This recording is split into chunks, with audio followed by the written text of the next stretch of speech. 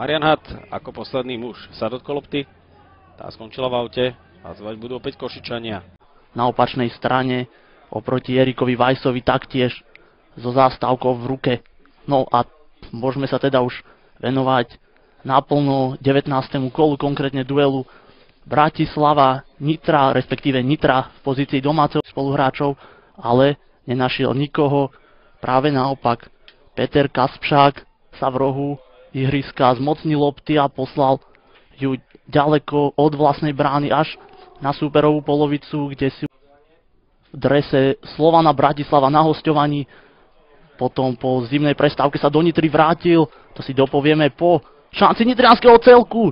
Dobrá príležitosť, ale veľmi dobrý obranný zákrok Mariana Hada a je tu prvý rohový kop Nitry už v 5. minúte. Nitrania ku svojej prvej takejto štandardnej situácii z rohu ihriska dostali už v 5. minúte hneď po prvom náznaku protiútoku a tu sa možno rysuje ďalší.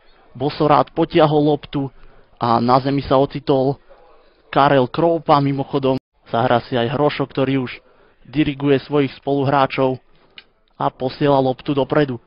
Tam našiel veľmi dobre operujúceho Martina Bosoráda, Lukáš Hrošo, sympatický 24-ročný Nitran. Obaja brankári sú, alebo respektíve svojho času boli súčasťou širšej reprezentačnej. No a tak niekoľkokrát už v tomto stretnutí spomínaný Lukáš Hrošo po niekoľkýkrát, opäť to zopakujem, odkopával loptu od vlastnej brány a po niekoľkýkrát aj Marian Had Nitru mohla skončiť v sieti. To sa však našťastie pre Nitranov nestalo. No a Slovan teraz mali druhé dejstvo a práve Sejdoba sa ocitol pri lopte, tentokrát už sa prebíja dopredu Todd, ale jeho strel...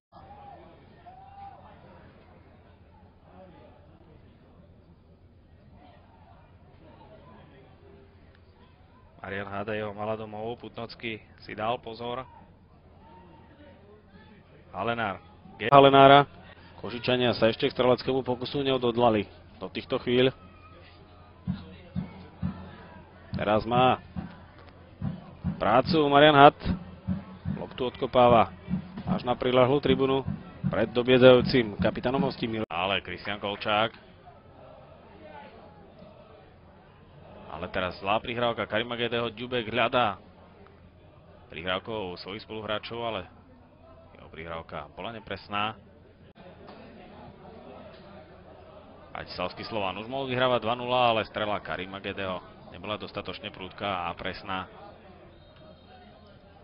Takže ľahký zákrok pre Igor Žovčák ešte zachránil loptu v hre. Odkop Mariana Hada.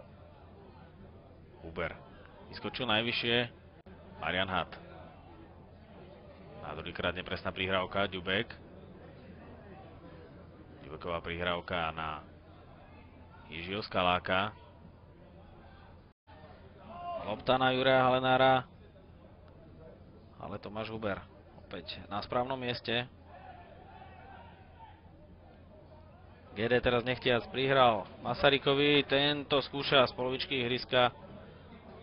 A ten oblúčikom hľadá Žovčáka. Skalák.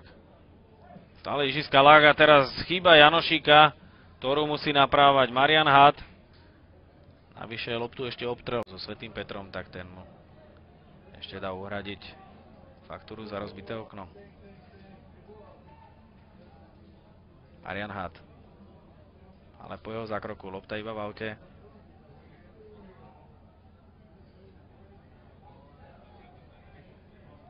Rožomberská akcia, ktorú ťahá Pavol Masaryk. Loptu mu berie Had. Teraz Žovčák.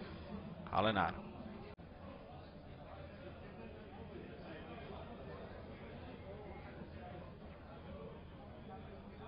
Marian Had.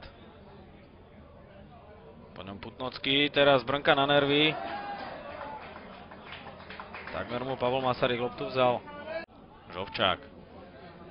Žovčák stráca loptu, bere mu ju Ďubek. Ďubek posiela dopredu Slobodu, ale ten Presnú prihrávku Masarika nenašiel. Žovčák. Jeho zranenie nebolo až také vážne. Dopredu idú teraz Ružomberčania. Ďubek za obranou. Stále Ďubek, jeho prihrávka a výborný zákrok Mariana Hada. Riešia situácie k spokojnosti Vladimíra Vajsa. A teraz súboj Had Masarík.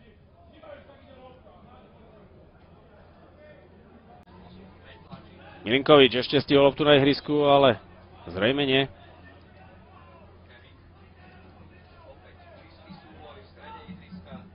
Viazanko má proti sebe Mariana Hada. Viazanková perfektná prihrávka na Škutku, ale všade bol Jiří Kladrubský. Teraz prienik neunavného kapitána hostí Viazanka. Lopta skončila v aute, ale už Škutka. Ale David Škutka z očí v oči Marianovi Hadovi si.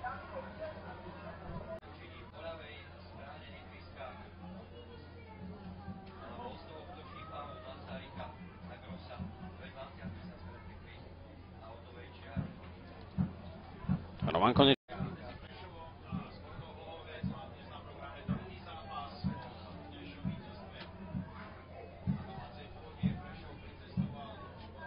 Marian Had uspel v hlavičkovom súboji, ale Filip Šebo sa k lopte nedostal.